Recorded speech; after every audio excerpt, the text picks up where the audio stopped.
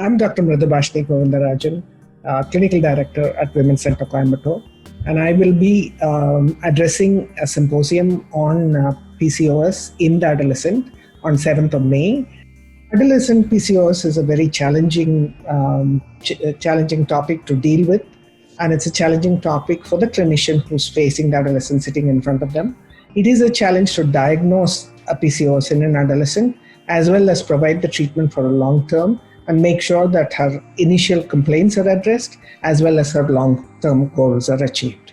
So this is a challenge that is worth facing, and there's so much more that is known about it today that we'll be talking about it in detail. My many thanks is due to ISAR for this very great initiative, and to DocMode for its technical support, and Zydus company for its support for the whole initiative.